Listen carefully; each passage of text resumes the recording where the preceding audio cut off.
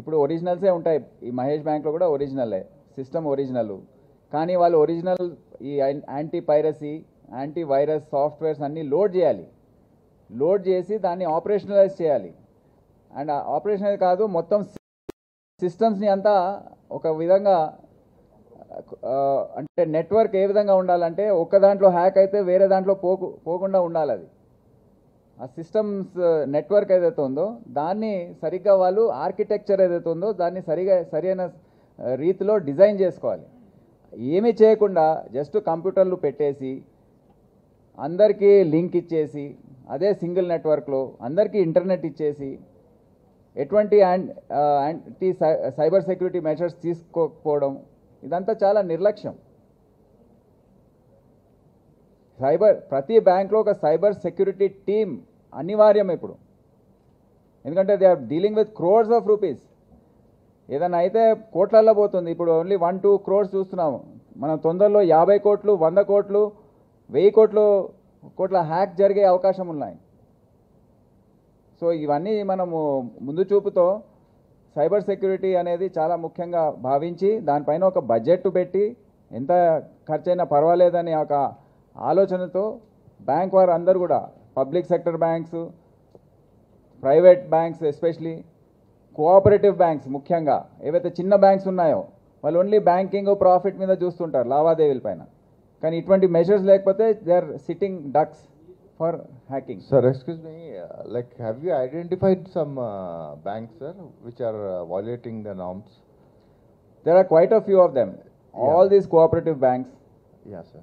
then these smaller banks, these private banks which are not on the scale of ICICI, Axis and all. They are not having proper cyber security. We are going to call for a meeting and tell them. Will they be booked or prosecuted, sir? No, how will we know till something happens? Yeah. After, No, why should we wake up after? There is already 2 cases in Telangana. Yeah. Telangana State Cooperative Bank hack by the same team, I think. It is the same hacker and the same methodology was used in Telangana State Cooperative Bank. He succeeded. 1.8 crores was siphoned off. He has tasted blood. Now he went to Mahesh Bank. Next we don't know where he'll go. But now luckily we have detected this. To a great extent, the chain is fairly disturbed. But doesn't take much time. The hacker is still at large. He will develop a new team.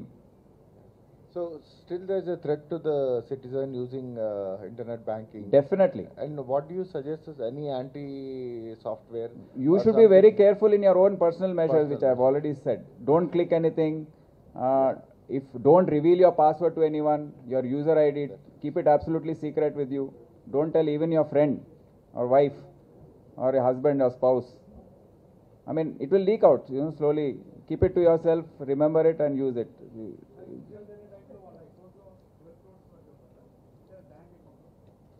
లేదు, ఈ 4 అకౌంట్లోకి transfer చేసిన amount అది 12.48 crores.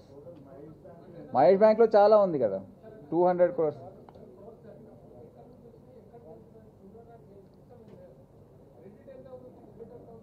అంటే ఇప్పుడు మీ account ఉందనుకోండి, మీకు ఎప్పుడైనా మీకు 5 లక్షలు వచ్చింది అనుకోండి బయట నుంచి, ఎక్కడ రెంటల్ ఇన్కమ్, మీకు అది బ్యాంక్లో పడ్డప్పుడు మీకు ఒక మెసేజ్ వస్తుందా? ఆ మెసేజ్ ఒక నంబర్కి వస్తుందా? వాళ్ళు ఏం చేశారంటే ఆ సిస్టంలో ఎంటర్ అయిపోయారు కదా, ఆ సెల్ నెంబర్ని చేంజ్ చేశారు. Customer cell number.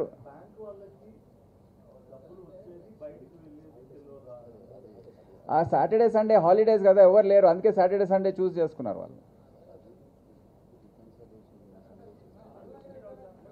చెప్పండి. అది అలా